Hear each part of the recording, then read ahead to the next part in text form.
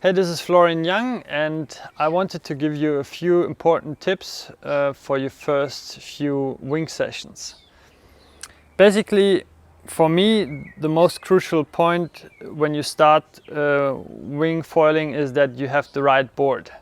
As you can see, there are different shapes. There are more compact shapes or wave-orientated shapes, and I would start with a board that has the right volume. Let's say you're 70 kilo, then it would be good to have a board which has 30 liters more than your body weight. Let's say 70 kilos, then it would be a board around 100 liters. So you can float easily out and you can get a feel for the board, and then you can start pumping, and it's way easier to get up doing the water start.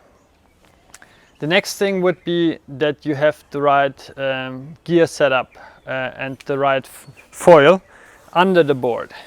As you can see here, the board comes with a mast, a fuselage, a front wing and a back wing. That's the foil setup, and for me it's good to have a mast that is quite long, like 80 centimeters.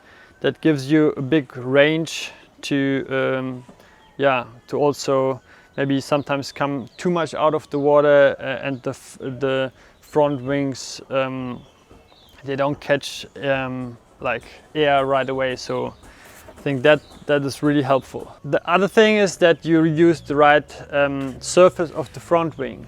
Recommended front wing sizes would be between 1,300 to 2,500 as a reference. I never really go above 1,600 because you also want to have a front wing where you can go a bit faster, and that you can use with more wind as well. Another important tip is if you move the mast slightly bit forward, and that will generate more lift to get the board out of the water. Then for me it really helped to use foot straps, and that gives me just the stability and the attachment to the board first of all, but it also shows me exactly where I can place where the right foot position is. Like, for example, the back foot strap should be slightly over the mast here, and maybe even for more advanced riders a bit slightly behind the mast, and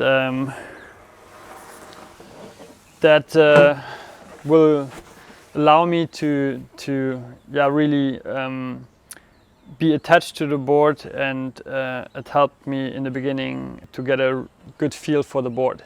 While doing clinics, I observed that it's really crucial to learn how to get control of the board once you lift out the foil out of the water, once you really start flying. And the most important advice I can give you is that you really keep your weight and your balance over the foil.